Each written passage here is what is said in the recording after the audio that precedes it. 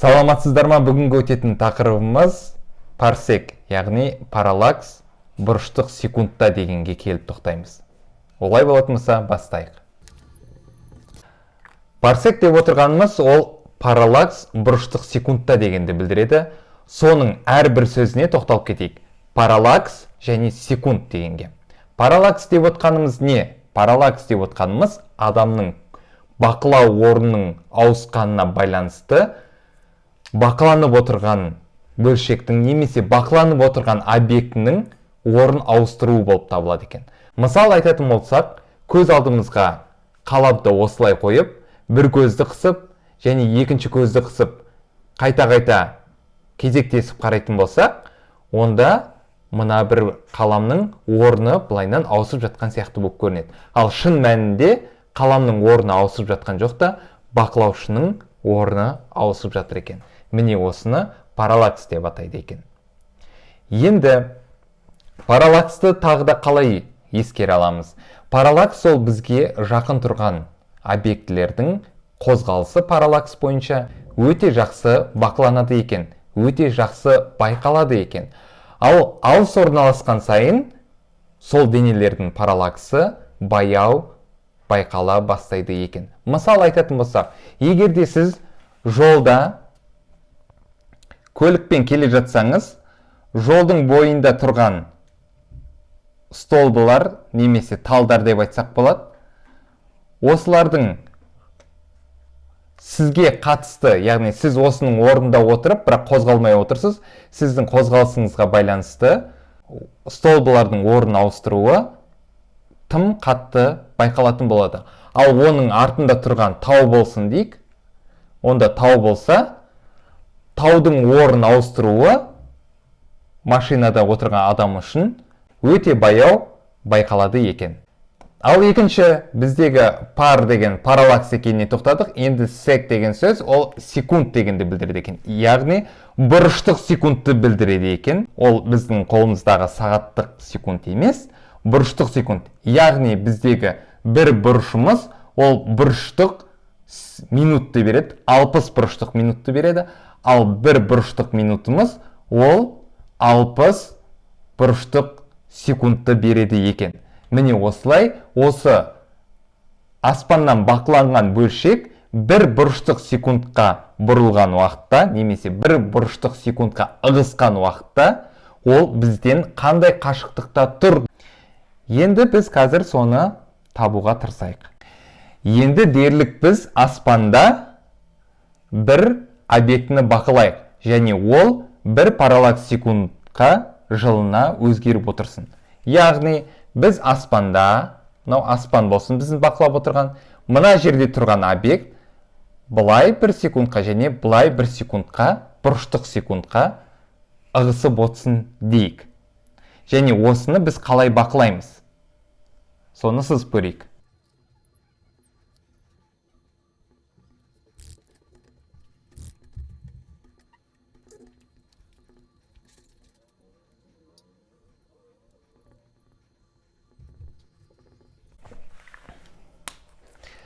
Мына жерде көріп тұрғандай, мына жерде күн болсын, күннен қашықтықта орналасқан жердің бір мезеттегі уақыты, және сол жерден сондай бір объектіні бақыламақшы болып тұрмыз. Яғни сол жерде тұрған адам үшін мынау зенит болсын деп есептейік.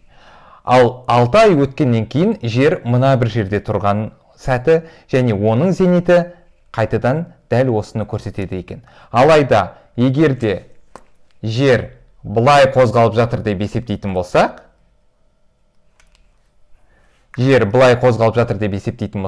мына кезде жердегі тұрған бақылаушы мына бір объектіні қай жақтан бақылайды?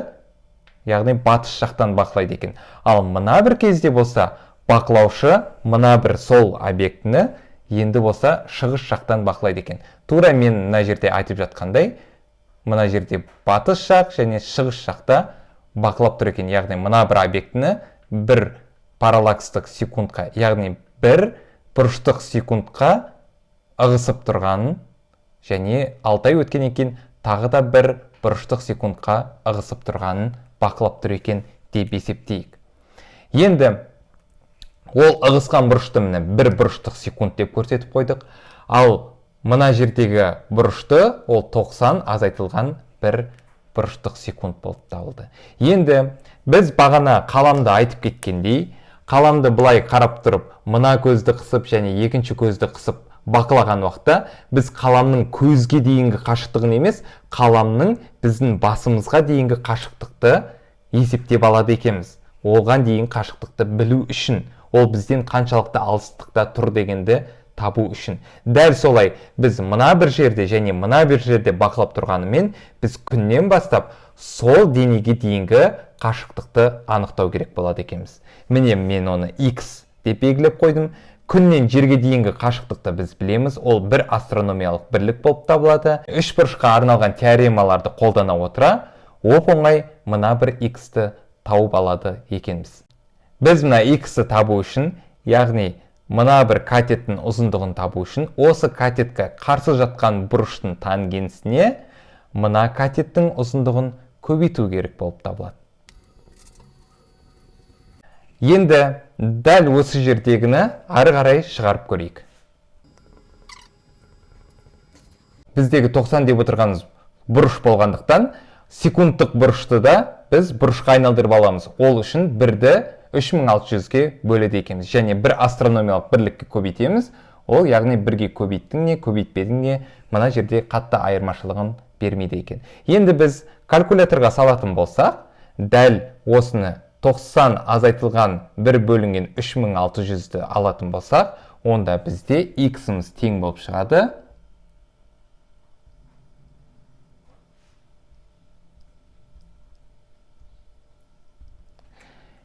(260.265 астрономиялық бірлікке жуық шамамен алғанда. Демек, біздің тапқан мынау X-іміз, яғни мынау катет немесе күннен бастап сол денеге дейінгі қашықтық, ол 206.265 астрономиялық бірлікке тең болып табылады екен. Демек, 206.265 астрономиялық бірлікте орналасқан дене жылына алғанда 1 параллакс секундқа ығысып отырады екен. Яғни, параллаксы кішірейген сайын ондай объектілер бізден алшақ орналасқан дегенді білдіреді. Ал параллакс үлкейген сайын ондай объектілер бізге жақын орналасқан дегенді білдіреді екен. Ал енді біздің мынау астрономиялық бірлігіміз қаншалықты километрге созылатынын тауып көрейік. Бұл қаншаға созылатынын білу үшін бір астрономиялық бірлік 150 көбейтілген 10-6 дәрежесі километр екенін біле отыра, соған көбейте қояды екенбіз.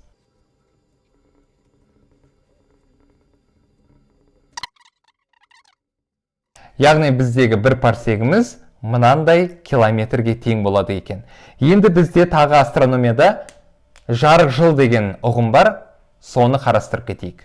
Енді бізде жарық жыл деген ұғым бар астрономияда. Оның бәрі бізде қашықтықты өлшеу үшін.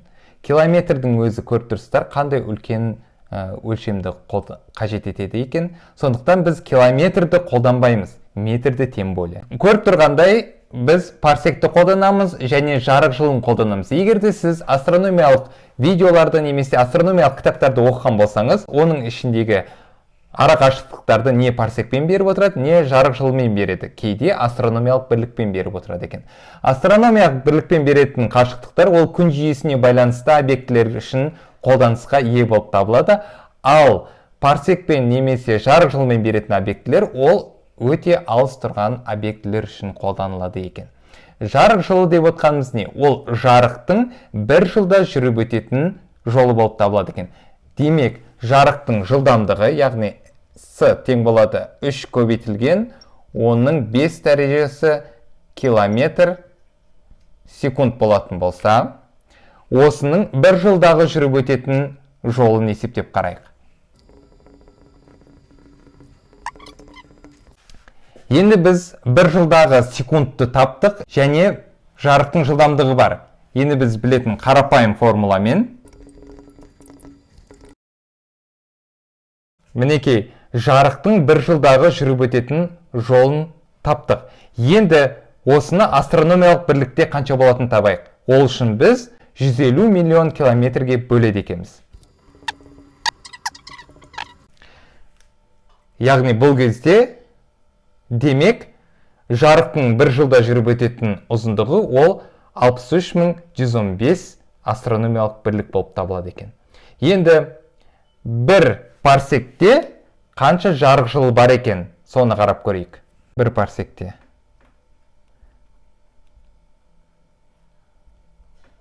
206-та 265 астрономиялық бірлік, ал бір жарық жылында 63115 астрономиялық бірлік екен.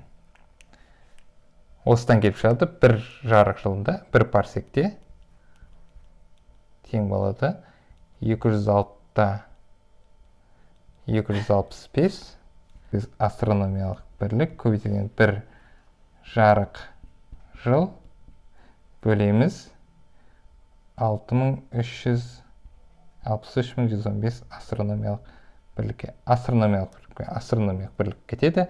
Енді 206-та 265-ті 3-те 27 жарық жыл.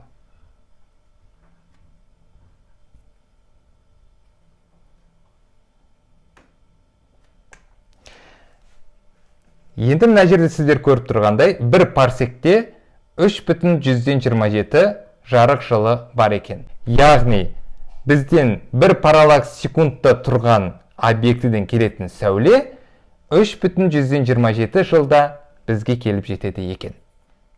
Осылайша астрономиядағы қашықтықтарды есептейді екенбіз. Бір парсегіміз біздің 3,27 жарық жылына тең болып табылады екен, ал ол өз кезегінде 206.265 астрономиялық бірлікке тең болып табылады екен.